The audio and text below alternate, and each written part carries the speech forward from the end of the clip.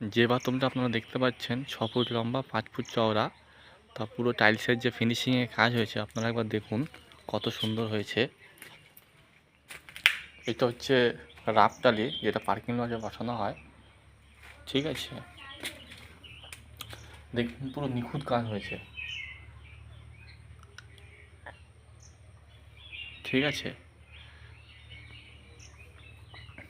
এটা হচ্ছে bathroom total.